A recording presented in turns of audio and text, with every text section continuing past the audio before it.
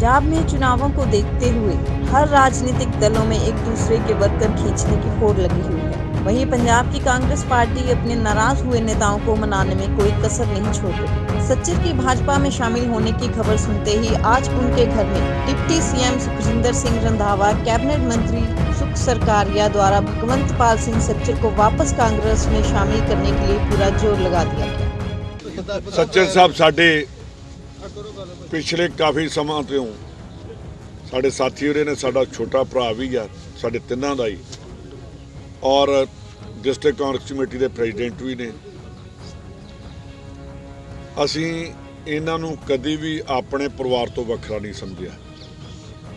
ਬਾਜਵਾ ਸਾਹਿਬ ਦੇ ਬੇਟੇ ਵਰਗੇ ਨੇ ਤੇ ਸਾਡੇ ਦੋਨਾਂ ਦਾ ਹੀ ਭਰਾਵਾਂ ਵਰਗਾ ਪਿਆਰ ਆ। ਕੱਲ ਜਦੋਂ ਇਹ ਦੇਖਿਆ ਤੇ ਸਾਡੇ ਮਨ ਨੂੰ ਬਹੁਤ ਠੇਸ ਪਹੁੰਚੀ। ਸਾਰੇ ਵਰਕਰ ਵੀ ਇੱਥੇ ਖੜੇ ਨੇ ਜਿਨ੍ਹਾਂ ਨੇ ਮਜੀਠੇ ਦੇ ਵਿੱਚ ਨਾਦਰਸ਼ਾਹੀ ਰੋਕ ਕੇ ਰੱਖੀ, ਅਬਦਾਲੀਆਂ ਦਾ ਜਿਨ੍ਹਾਂ ਨੇ ਮੁਕਾਬਲਾ ਕੀਤਾ। ਜੋ ਸਾਰੇ ਵਰਕਰ ਜਿਹੜੇ ਸੀ ਉਹ ਪੁੱਬਾ ਮਾਰ ਕੇ ਰੋਏ। ਕੱਲ ਵੀ ਟੈਲੀਫੋਨ ਤੇ ਉਹਨਾਂ ਨੇ ਕੀਤੀ ਗੱਲ। ਦੁੱਖ ਇਸ ਗੱਲ ਦਾ ਸਾਨੂੰ ਤਿੰਨਾਂ ਨੂੰ ਲੱਗਾ ਕਿ ਇੱਕ ਉਹੋ ਜਿਹੀ ਪਾਰਟੀ 'ਚ ਸਾਡਾ ਛੋਟਾ ਵੀਰ ਪਤਾ ਨਹੀਂ ਕਿੱਦਾਂ ਕਿਹੜੇ ਬਹਿਕਾਵੇ 'ਚ ਆ ਗਿਆ। ਜਿਹੜੀ ਪਾਰਟੀ ਦਾ ਪ੍ਰਧਾਨ ਮੰਤਰੀ ਇਹ ਕਵੇ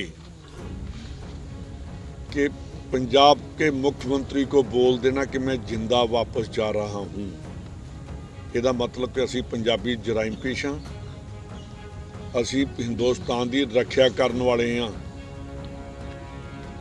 असी हिंदुस्तान नूं रोजी रोटी का जिहड़ा अन्नदाता सानू किया गया, वो तो कदी भी इहो जी नहीं गल कर सकता कि इत्थों कोई ये कह के जाए कि मैं बच के जा रहे हैं।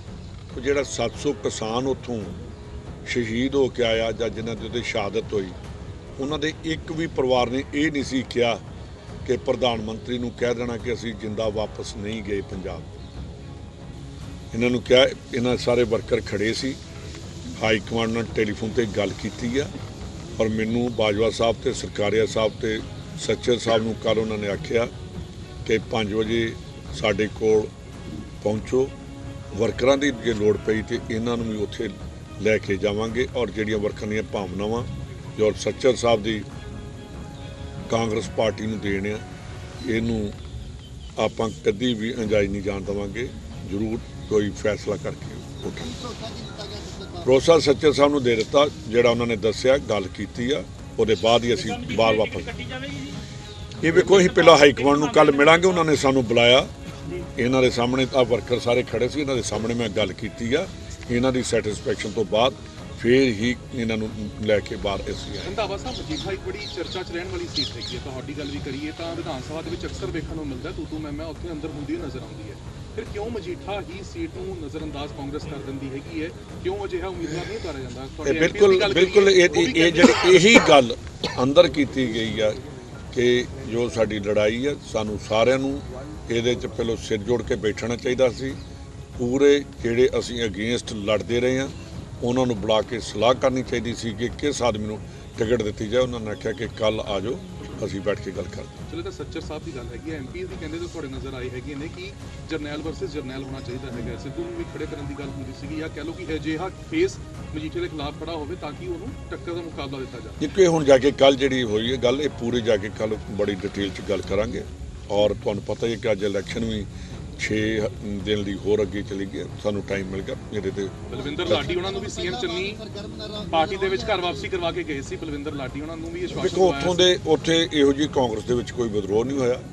ਉੱਥੇ ਕਾਂਗਰਸ ਦੇ ਜਿਸ ਆਦਮੀ ਨੂੰ ਠੀਕ ਸਮਝਿਆ ਗਿਆ, ਉੱਥੋਂ ਦੇ ਵਰਕਰ, ਉੱਥੋਂ ਦੇ ਲੀਡਰ, ਉੱਥੋਂ ਦੇ ਆਪ ਜਿਹੜੇ ਲੋਕ ਨੇ ਉਹ ਇਕੱਠੇ ਹੋ ਕੇ ਲੈ ਕੇ ਗਏ। ਆਮ ਆਦਮੀ ਪਾਰਟੀ ਦਾ ਉਮੀਦਵਾਰ ਫਿਰੋਜ਼ਪੁਰ ਤੋਂ ਉਹਨਾਂ ਨੇ ਆਪਣੀ ਉਮੀਦਵਾਰੀ ਛੱਡ ਕੇ ਕਾਂਗਰਸ ਜੁਆਇਨ ਕਰਨ ਬਾਰੇ ਫੈਸਲਾ ਕੀਤਾ, ਉਹਦੇ ਬਾਰੇ ਕੀ ਕਹਿਣਾ? ਤੁਸੀਂ ਵੇਖੋ ਅਜੇ ਤੇ ਕਈ ਕੁਛ ਹੋਣਾ ਵਾਪਸ। ਆਮ ਆਦਮੀ ਪਾਰਟੀ ਦਾ ਜਿਹੜਾ ਤੁਸੀਂ ਉਹਨਾਂ ਦੀ ਜਿਹੜੀ ਚੀਜ਼ਾਂ ਸੁਣ ਰਹੇ ਹੋ ਜਾਂ ਜਿਹੜੀਆਂ ਵਾਇਰਲ ਹੋ ਰਹੀਆਂ ਨੇ, ਇਹ ਪੰਜਾਬ 'ਚ ਬਹੁਤ ਕੁਛ ਹੋਰ ਚੀਜ਼ਾਂ ਵੀ ਅਜੇ ਆਉਣਗੀਆਂ। ਥੋੜ੍ਹੇ ਦਿਨ ਵੇਟ ਕਰੋ। ਇਲੈਕਸ਼ਨ ਕਮਿਸ਼ਨ ਵੱਲੋਂ ਪੋਸਟਪੋਨ ਕਰ ਦਿੱਤਾ ਗਿਆ ਜੀ ਇਲੈਕਸ਼ਨ 20 ਨੂੰ। ਚੰਗੀ ਗੱਲ ਹੋਈ ਹੈ, ਠੀਕ ਹੈ। ਜਿਹੜੀ ਹੈਗੀ ਕਿ ਸਰਦੀ ਵੀ ਬਹੁਤ ਹੈ ਤੇ ਲੋਕਾਂ ਨੂੰ ਟਾਈਮ ਵੀ ਮਿਲ ਜਾਏਗਾ। ਤੇ ਗੁਰੂ ਰਵਿਦਾਸ ਜੀ ਦਾ ਜਿਹੜਾ ਜਨਮ ਦਿਨ ਸੀ, ਉੱਥੋਂ ਸੰਗਤਾਂ ਨੇ, ਤੁਹਾਨੂੰ ਪਤਾ, ਉੱਥੇ ਬਨਾਰਸ ਜਾਂਦੇ, ਇਹਦੇ ਤੇ ਵੀ ਬਹੁਤ ਵੱਡਾ ਇਫੈਕਟ ਪੈਣਾ ਸੀ। ਇਹ ਬਹੁਤ ਚੰਗਾ ਕੀਤਾ। ਔਰ ਮੇਰੇ ਉਹ ਕਿਤੇ ਕਰੋਨਾ ਨਾ ਲੈ ਕੇ ਆ ਜਾਣ। ਦਿੱਲੀ 'ਚ ਕਰੋਨਾ ਬਹੁਤ ਹੈ, ਉਹਦੇ ਤੋਂ ਤੁਸੀਂ ਵੀ ਬਚੇ। ਚੰਨੀ ਦੇ ਭਰਾ ਜਿਹੜੇ ਚਾਲ ਲੜ ਰਹੇ ਜੀ, ਉਹਨਾਂ ਨੂੰ ਮਨਾਇਆ ਜਾਏਗਾ। ਚੰਨੀ ਸਾਹਿਬ ਦੇ ਭਰਾ ਮੰਨੇ ਆ, ਸਵੇਰੇ ਗੱਲ ਹੋਈ, ਉਹ ਵੀ ਮੰਨੇ। ਅੱਜ ਡਿਪਟੀ ਮੁੱਖ ਮੰਤਰੀ ਪੰਜਾਬ ਸਰਦਾਰ ਸੁਖਜਿੰਦਰ ਸਿੰਘ ਜੀ ਰੰਧਾਵਾ, ਕੈਬਨਿਟ ਮੰਤਰੀ ਸਰਦਾਰ ਤ੍ਰਿਪਤ ਰੰਜਨ ਬਾਜਵਾ, ਕੈਬਨਿਟ ਮੰਤਰੀ ਸਰਦਾਰ ਸੁਖਬਿੰਦਰ ਸਿੰਘ ਜੀ ਸੁਖ ਸਰਕਾਰੀਆ, ਜੋ ਮੇਰੇ ਵੱਡੇ ਭਰਾ ਨੇ, ਜੋ ਮੈਂ ਕੱਲ ਥੋੜਾ ਜਿਹਾ ਜਜ਼ਬਾਤੀ ਹੋ ਗਿਆ ਸੀ ਔਰ ਜਲਦਬਾਜ਼ੀ 'ਚ ਮੇਰੇ ਕੋਲੋਂ ਫੈਸਲਾ ਲਿਆ ਗਿਆ ਸੀ, ਕਿਉਂਕਿ ਮੇਰੇ ਹਲਕੇ ਦੇ ਮੇਰੇ ਭਰਾਵਾਂ ਨੇ, ਮੇਰੇ ਵੋਟਰਾਂ ਨੇ, ਸਪੋਰਟਰਾਂ ਨੇ, ਵਰਕਰਾਂ ਨੇ, ਚੇਅਰਮੈਨਾਂ ਨੇ, ਸਾਬਕਾ ਚੇਅਰਮੈਨ, ਇੰਨਾ ਕੁ ਮੇਰੇ 'ਤੇ ਦਬਾਅ ਪਾਤਾ ਕਿ ਉਹਨਾਂ ਕੋਲੋਂ ਸਦਮਾ ਬਰਦਾਸ਼ਤ ਨਹੀਂ ਹੋਇਆ। ਉਹਨਾਂ ਨੇ ਮੈਨੂੰ ਵੀ ਰਵਾਇਆ ਤੇ ਆਪ ਵੀ ਰੋਏ, ਤੇ ਮੈਂ ਜਲਦਬਾਜ਼ੀ ਦੇ ਵਿੱਚ ਉਹ ਫੈਸਲਾ ਲੈ ਲਿਆ ਤੇ ਮੈਂ ਭਾਰਤੀ ਜਨਤਾ ਪਾਰਟੀ ਚਲਾ ਗਿਆ। ਲੇਕਿਨ 1 ਘੰਟੇ ਬਾਅਦ ਹੀ ਮੇਰੇ ਪੈਰਾਂ ਥੱਲੇ ਜ਼ਮੀਨ ਨਿਕਲ ਗਈ, ਜਦੋਂ ਮੈਨੂੰ ਇੰਨੇ ਕੁ ਫੋਨ ਆਉਣੇ ਸ਼ੁਰੂ ਹੋ ਗਏ ਕਿ ਸੱਚਰ ਸਾਹਿਬ ਇਹ ਤੁਸੀਂ ਕੀ ਕਰ ਲਿਆ, ਆਪਣੀ ਮਾਂ ਪਾਰਟੀ ਛੱਡ ਕੇ ਤੁਸੀਂ ਕਿੱਥੇ ਚਲੇ ਗਏ ਹੋ। ਉਸੇ ਵਕਤ ਹੀ ਸੁਖਵਿੰਦਰ ਸਿੰਘ ਸਰਕਾਰੀਆ ਜੀ ਮੇਰੀ ਰਿਹਾਇਸ਼ 'ਤੇ ਆਏ ਔਰ 3 ਘੰਟੇ ਮੈਂ ਉਹਨਾਂ ਦੇ ਗੱਲ ਲੱਗ ਕੇ ਰੋਇਆ ਵੀ, ਔਰ ਉਹਨਾਂ ਮੈਨੂੰ ਚੁੱਪ ਵੀ ਕਰਾਇਆ। ਕਹਿੰਦੇ ਨਾ ਕਰ, ਇਹ ਗਲਤੀ ਤੇਰੀ ਤੇ ਇਹ ਹੋਈ, ਗਲਤੀ ਸਾਡੀ ਪਾਰਟੀ ਕੋਲੋਂ ਵੀ ਹੋਈ ਹੈ, ਅਸੀਂ ਇਹਨੂੰ ਸੁਧਾਰਨ ਦਾ ਯਤਨ ਕਰਾਂਗੇ। ਉਹਨਾਂ ਉਸੇ ਵਕਤ ਹੀ ਡਿਪਟੀ ਸੀਐਮ ਸਾਹਿਬ ਨਾਲ ਗੱਲ ਕੀਤੀ, ਹਰੀਸ਼ ਚੌਧਰੀ ਜੀ ਨਾਲ ਗੱਲ ਕੀਤੀ, ਬਾਜਵਾ ਸਾਹਿਬ ਨਾਲ ਗੱਲ ਕੀਤੀ। ਮੈਨੂੰ ਕਹਿੰਦੇ ਅਸੀਂ ਤੈਨੂੰ ਮਿਲਣਾ ਹੈ। ਮੈਂ ਆਪਣੇ ਸਵੇਰੇ ਪਿੰਡਾਂ ਵਿੱਚ ਚਲਾ ਗਿਆ ਸੀ, ਲੇਕਿਨ ਮੈਂ ਸਾਰੇ ਸਾਥੀਆਂ ਨਾਲ ਸਲਾਹ ਕੀਤੀ ਕਿ ਉਹਨਾਂ ਨੇ ਆਉਣਾ ਹੈ। ਅਸੀਂ ਕਿਹਾ ਜੀ ਆਇਆਂ ਨੂੰ, ਆਓ। ਅੱਜ ਆਏ ਨੇ ਸਾਰੇ ਮੇਰੇ ਵਰਕਰਾਂ ਨੇ, ਉਹਨਾਂ ਨੂੰ ਆਪਣੇ ਮਨ ਦੇ ਵਲਵਲੇ ਤੇ ਭਾਵਨਾਵਾਂ ਤੋਂ ਜਾਣੂ ਕਰਵਾਇਆ ਕਿ ਕਿਉਂ ਨਹੀਂ ਸਾਨੂੰ ਟਿਕਟ ਦਿੱਤੀ ਗਈ। ਕਿ ਹਮੇਸ਼ਾ ਹੀ ਸੁੱਖਿਆ ਹੈ ਕਿ ਮਜੀਠੇ ਦੇ ਵਿੱਚ ਹਾਰਨ ਵਾਲੇ ਨੂੰ ਟਿਕਟ ਦੇਣੀ ਹੈ। ਪਿਛਲਾ ਸਰਵੇ ਕੱਢ ਕੇ ਵੇਖ ਲਓ, ਪਿਛਲੀਆਂ ਰਿਪੋਰਟਾਂ ਕੱਢ ਕੇ ਵੇਖ ਲਓ। ਜੇ 7 ਦੇ ਵਿੱਚ ਟਿਕਟ ਦਿੱਤੀ ਤੇ ਬੁਰੀ ਤਰ੍ਹਾਂ ਲਾਲੀ ਜੀ ਹਾਰੇ, ਜੇ 12 ਦੇ ਵਿੱਚ ਸ਼ੈਲੀ ਨੂੰ ਦਿੱਤੀ ਜ਼ਮਾਨਤ ਜ਼ਬਤ ਹੋਈ, ਜੇ 17 'ਚ ਲਾਲੀ ਨੂੰ ਦਿੱਤੀ ਤੇ ਲੱਭੇ ਹੀ ਕਿਤੇ ਨਹੀਂ, ਤੇ 22 ਦੇ ਵਿੱਚ ਆਸ ਦੀ ਕਿਰਨ ਜਾਗੀ ਹੈ ਕਿ ਸੱਚਰ ਨੇ ਜੋ ਵਰਕਰ ਦੀ ਬਾਹ ਫੜੀ ਹੈ, ਇਹ ਸੀਟ ਐਤਕੀ ਜਿੱਤਾਂਗੇ। ਪਰ ਲੇਕਿਨ ਕਹਿੰਦੇ ਦਾਲ 'ਚ ਜ਼ਰੂਰ ਕੁਝ ਕਾਲਾ ਹੈ। ਪਹਿਲੋਂ ਤੇ ਕੈਪਟਨ ਤੇ ਇਲਜ਼ਾਮ ਲੱਗਦੇ ਸਨ ਕਿ ਇਹ ਰਲੇ ਨੇ ਵਿਕਰਮ ਦੇ ਨਾਲ, ਪਰ ਹੁਣ ਤੁਸੀਂ ਵੀ ਰਲ ਗਏ ਹੋ। ਸੋ ਇਸ ਕਰਕੇ ਮੈਨੂੰ ਪੂਰਾ ਵਿਸ਼ਵਾਸ ਹੈ ਕਿ ਸਾਰਿਆਂ ਨੇ ਬੜੇ ਦਿਲ ਤੇ ਲਾਈ ਹੈ।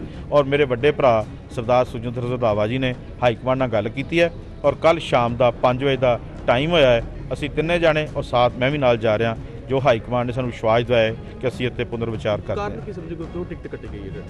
ਇਹ ਸਾਰੀ ਡਿਟੇਲਸ ਮੈਂ ਤੁਹਾਨੂੰ ਉਹ ਮੀਟਿੰਗ ਤੋਂ ਬਾਅਦ ਦੱਸਾਂਗਾ, ਆਪਾਂ ਬੈਠ ਕੇ ਫਿਰ ਗੱਲ ਕਰਾਂਗੇ। ਕੀ ਭਰੋਸਾ ਦਵਾਇਆ ਗਿਆ ਹੁਣ ਪਾਰਟੀ ਮੈਂ ਦੱਸਿਆ ਕੱਲ 5 ਵਜੇ ਸਾਡੀ ਮੀਟਿੰਗ ਹੋਏਗੀ ਔਰ ਮੈਂ ਸਮਝਣਾ ਵੀ ਚੰਗਾ ਹੀ ਹੋਏਗਾ। पीटीए न्यूज के लिए अमृतसर से धर्मवीर गिल की रिपोर्ट।